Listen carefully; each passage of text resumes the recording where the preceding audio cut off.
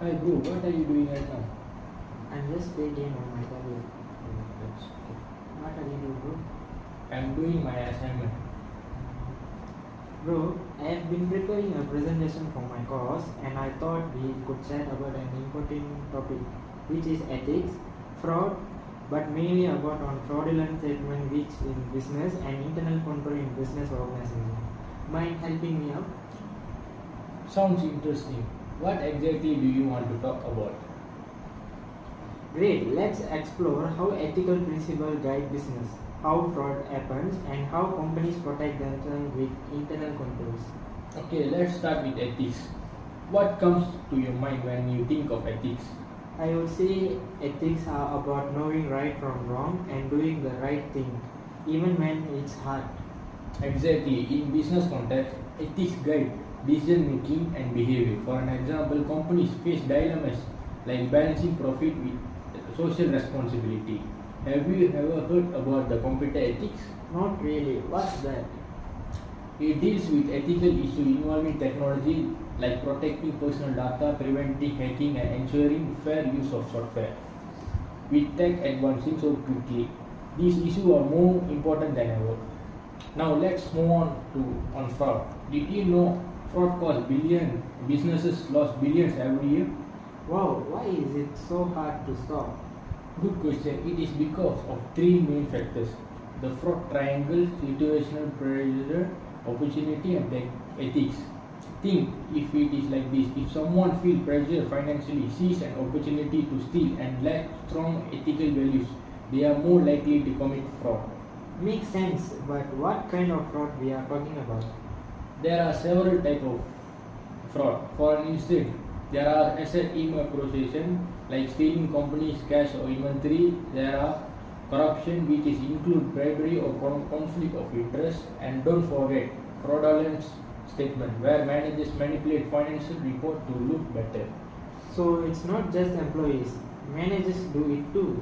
Exactly, that's called management fraud, and it's often harder to detect because they control the reporting system.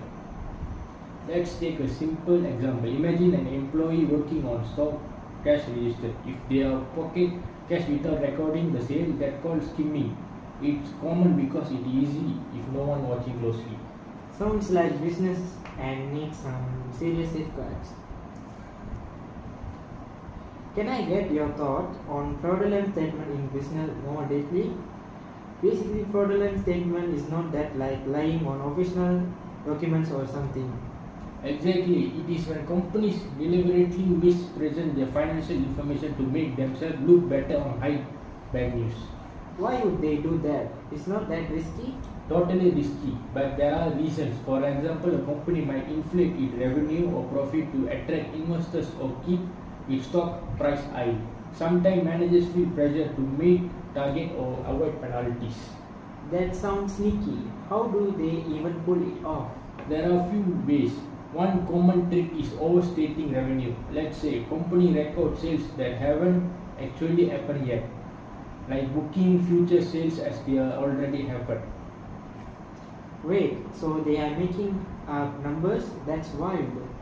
Another way of understanding expenses. For instance, they might delay recording bills or expenses to make it look they are spending less. Let me guess. They are trying to show higher profits, right? Exactly. And then there are misstating assets. A company might overvalue things it owns, like inventory or property, to make their financial position seem stronger. But would not auditor or someone catch that? Good point. Auditors are supposed to spot these things, but it's not always easy. Some fraud schemes are well hidden, and in some cases, management might even pressure auditor to ignore the red flags. Wow, that's messed up. So what happens if they get caught? Serious consequences. Company can be face fines, lost investor trust, or even go bankrupt. Remember the Enron scandal. They were caught doing exactly this, hiding debt and inflating profit. It led to one of the biggest corporate collapse in history. Sounds like greed gets the better of them, but how can companies avoid this kind of mess? Good ethics and strong internal control. Things like separate duties, proper oversight, and being transparent about financial performance can help us. Plus, law like the Sarbanes-Oxley Act now requires stricter checks to prevent fraud.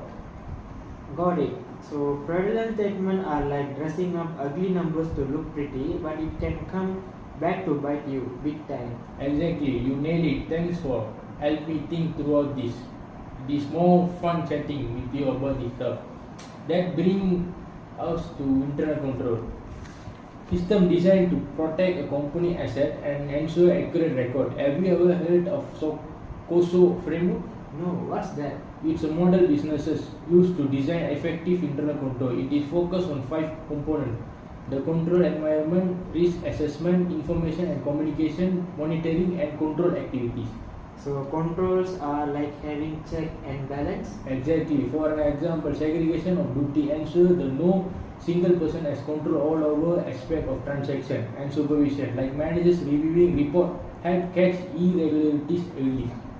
What's about small business? Can they afford these controls?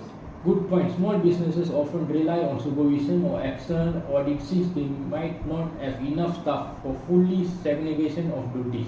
But even small steps like regular reconciliation or access controls can make a big differences. Lastly, law like Sarbanes-Oxley Act play a key role in fraud prevention. It requires companies to implement strong internal control and increase penalty for fraud. So it's not just about ethics but also about following the law.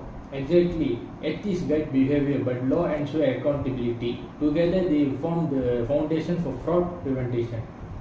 That's it. Ethic fraud, mainly about the fraudulent statement in businesses, internal control are all interconnected. Businesses need strong ethical values, robust control, and compliance with law to thrive. Thanks for the chat, bro. No problem. This was actually pretty interesting.